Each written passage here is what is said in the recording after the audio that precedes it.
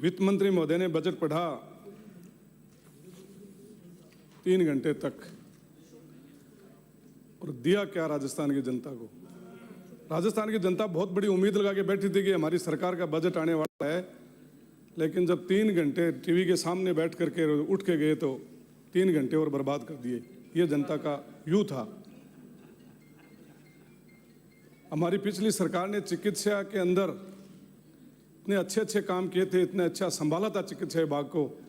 बाकी विभागों से ज़्यादा, सबसे ज़्यादा हमारे मुख्यमंत्री का ध्येय था कि आम जन के स्वास्थ्य के लिए जागरूकता और आम जन के स्वास्थ्य का ख्याल। लेकिन इस पिछले 2 साल में आपने इस चिकित्सा विभाग का इतना भट्ठा बैठा दिया कि कोई सुनने वाला नहीं है। चिकित्सा मंत्री जी, एसएमएस हॉस्पिटल का यह हाल है कि रात को 2:30 बजे मैं खुद गया हूँ। रात को 2:30 बजे मैं खुद गया हूँ एक्सीडेंट पेशेंट को लेकर के। चूरू से आया था वो पेशेंट और उसको रात को भर्ती नहीं ले सके एसएमएस के अंदर। वो जान और जिंदगी और मौत से लड़ रहा था। प्राइवेट हॉस्पिटल में भर्ती कराना पड़ा उसको ले जा करके। क्यों? कि उसके परिजनों ने कहा कि पैसे से ज्यादा एमएलए साहब हमारे आदमी की जान प्यारी है, पैसे लगे तो लग जाएं, इस एसएमएस के भरोसे तो आदमी मर जाएगा। 1 दिन 2 दिन से रोज एसएमएस जाता रहता हूँ। अब सुनो बात। और बाहर से प्राइवेट से उन्होंने जाके अपनी इन्वेस्टिगेशन कराई थे, भूल के ज्यादा गीत तो करे, वो समय भी याद करो। पिछली बार हम सदन में बैठते थे। अरे मंत्री जी, अरे बीपीएल का नाम काट के क्या बड़ी बड़ी बातें कर रहे हो। अरे बैठो थे, बैठो। अरे मैं बैठो, मैं बात करती हूँ। अरे बैठो। अरे ब्राजो, आप भाई, अरे आप बैठिए। अरे बैठिए, मैं बात करूंगा। ओ रफीक जी के तत्कालीन मुख्यमंत्री के बुरा क्या लग रहा है? ये तो सबके सामने, अरे आप बैठिए, सामने ट्रांसपेरेंट, उत्तेजित नहीं आप पीछे से दोनों बैठो। बात को ये सही बात बता रहे हो और आप जवाब दो ना। उत्तेजित होने से क्या होगा? ब्राजो अरे मंत्री, अरे अपने सदस्य को बोलने दो, बेचारे टाइम निकल रहा है, 10 मिनट में बैठा दूंगा। अरे मंत्री महोदय, बीपीएल का आदमी का नाम काट के खाद्य सुरक्षा से और यहाँ बड़े बड़े भाषण दे रहे हो। ओम प्रकाश जांगीड़ जो एक अपने राशन कार्ड में 1 यूनिट में 1 ही आदमी था, विकलांग था और रैन बसेरे में अपनी जिंदगी गुजार रहा था, उसका नाम काट करके आपके बात कर रहे हो यहाँ करके। अगर आप मंत्री हो, शर्म है आपको, शर्म आनी चाहिए आपको। एक बीपीएल के आदमी का नाम आपने राशन कार्ड से हटा दिया। चिकित्सा मंत्री जी, क्या हाल कर रखा है एसएमएस का। एसएमएस में कुछ दिए बगैर कुछ नहीं होता है, चाय पानी, उसके बाद ये पेशेंट भर्ती होता है। तो मेरी आपसे मेहरबानी है कि पैसे वाला कोई एसएमएस में नहीं जाएगा, वो तो सब प्राइवेट में जाएंगे। सबने लाइफ इंश्योरेंस ले रखी है, सबने पैसे देकर करा सकता है, लेकिन गरीब आदमी है वो जाएगा एसएमएस के अंदर और उस गरीब आदमी को वहां कोई देखने वाला नहीं है जब तक इसकी कोई सिफारिश नहीं आई। जब तक क्या हर एक पेशेंट के साथ एमएलए जाएगा क्या? हाल आपको सुधार यह करना चाहिए कि पेशेंट जाते ही, एम्बुलेंस से उतरते ही उस पेशेंट का इलाज शुरू हो जाए। डॉक्टर वहां बैठे रहते हैं, पेशेंट की तरफ देखते नहीं है, चलते नहीं है। मैं खुद रात को गया हूं, डॉक्टर साहब देखो पेशेंट मर रहा है, कि हमारे पास बहुत पेशेंट आते हैं ऐसे। तो क्यों बहुत आते हैं? आप तनख्वाह नहीं ले रहे हो क्या? फ्री में काम कर रहे हो क्या वहां? तो संभालो। आपने चिरंजीव को चलो भामा, आपकी भामा से हमने मान ली, लेकिन हाल क्या है, हॉस्पिटल वाले एडमिट नहीं ले रहे हैं कि हमको सरकार पैसे नहीं दे रही है, बीमा कंपनी पैसे नहीं दे रही है। तो क्यों हम भर्ती लें? करोड़ों रुपया प्राइवेट हॉस्पिटल वाले के बाकी पड़े, उनको पैसा दो तो तब जाकर के गरीब आदमी का इलाज प्राइवेट हॉस्पिटल में होगा। हमारी जब सरकार थी, कोई हॉस्पिटल वाला अगर मना करता और अगर किसी को पता चलता कि हमें मना कर दिया तो उसी टाइम एक्शन लिया जाता था कंपनी के खिलाफ और उस हॉस्पिटल के खिलाफ कि आपने कैसे इसको एडमिट नहीं लिया। आरजीएचएस का क्या हाल कर रखा है? कर्मचारियों का महीने का महीना पैसा कटता है। हालात यह है कि हमें दवाई नहीं मिल रही है मेडिकलों में। हम जाते हैं कि साहब आरजीएचएस में, कि साहब आरजीएचएस तो है लेकिन पैसे नहीं आ रहे हैं, आप दवाई तो ले जाओगे ना, हमारा भी बिल की कोई व्यवस्था करो। एमएलए साहब, आप सरकार में, विधानसभा में बैठते हो, तो मंत्री जी आरजीएचएस को भी संभालो और उन कंपनी वालों को कहो कि पैसे देवे। अरे कर्मचारी का महीने के महीने पैसे काट रहे हो, कोई मेहरबानी नहीं कर रहे हैं आप और हम कर्मचारियों पर कि हम उसके पैसे काट करके उनको टाइम पर इलाज नहीं दे रहे हैं। मेरे जिले की सिकर गैस की हॉस्पिटल है, चाहे सरकार आपकी रही हो या हमारी रही हो, पिछले 10-12 साल से वहाँ रेडियोलॉजिस्ट नहीं है। प्राइवेट वाले, सिटी स्कैन वाले मजे बन रहे हैं उनको। एसएमएस के हॉस्पिटल गवर्नमेंट की जिले की इतनी बढ़िया, अभी तो मेडिकल कॉलेज भी बन गई। तो उसमें आपकी बराए मेहरबानी होगी कि थोड़ा ध्यान करके अधिकारी बैठे हैं, जांच करके और वहां को रेडियोलॉजिस्ट की व्यवस्था कर दें। जनता वहां बहुत लूटी जा रही है। हमारे मुख्यमंत्री जी गए थे फतेहपुर 2-3 बार, लास्ट टाइम रामगढ़ गए थे।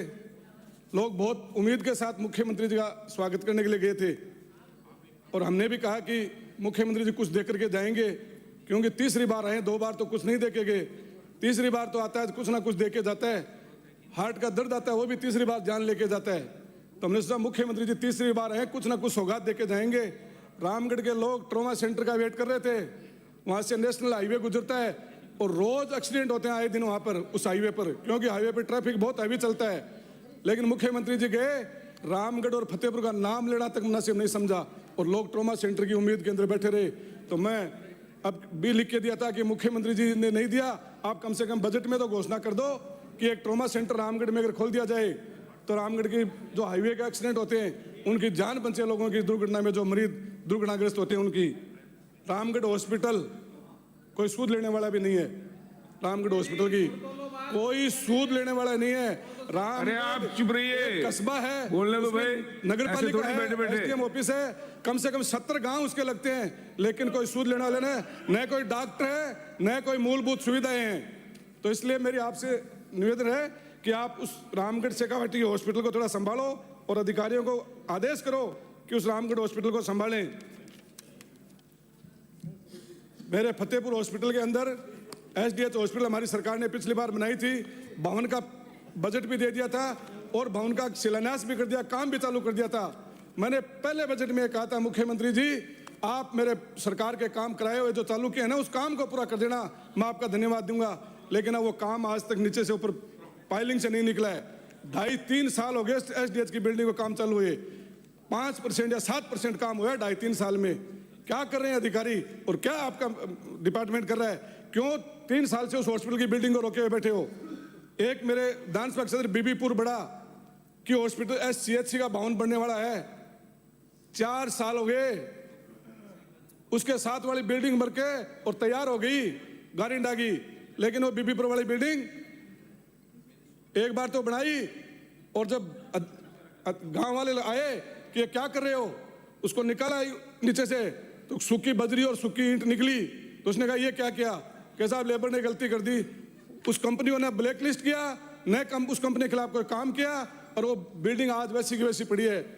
या तो उस कंपनी को ब्लैक लिस्ट करो और वो पैसे दूसरी कोई कंपनी को टेंडर करके लगाओ। इस डिपार्टमेंट को कोई देखने वाला तो है नहीं। मेरे यहाँ ट्रॉमा सेंटर है फतेहपुर में, उसमें ट्रॉमा सेंटर के नॉर्म्स अनुसार पद भी नहीं है। 3 हाईवे गुजरते हैं चिकित्सा मंत्री जी और रोज एक्सीडेंट होते हैं। 3 हाईवे, दिल्ली बीकानेर, आगरा बीकानेर, फतेहपुर का। बिल्कुल धन्यवाद आपका, अगर आप पद स्वीकृत कर दोगे आपका बहुत बहुत धन्यवाद। मैं आपको आपके घर आके मिठाई का डब्बा देकर धन्यवाद देके जाऊंगा मंत्री जी कि आप ट्रॉमा सेंटर में एक 3 6 7 मंत्री जी 6-7 सब सेंटर ऐसे हैं गांवों के अंदर अब तक पद ही नहीं दिए, सब सेंटर में पद ही नहीं है। वो सब सेंटर बना दिए, बिल्डिंग है, सब कुछ है, पद नहीं है तो तनख्वाह कहां से मिलेगी उस कर्मचारी को? वो भी दोगे, बहुत धन्यवाद। एक अब गारिंडा सीएचसी है, वो सब सेंटर का स्टाफ पर चल रही है। अरे तो मंत्री जी सुनो, आप मंत्री जी आप जांच करवा लेना, अगर एक भी गलत निकला हुए, एक भी गलत निकला हुए, एक भी सीएचसी चल रहा है सब सेंटर के उप स्वास्थ्य केंद्र के स्टाफ के भरोसे।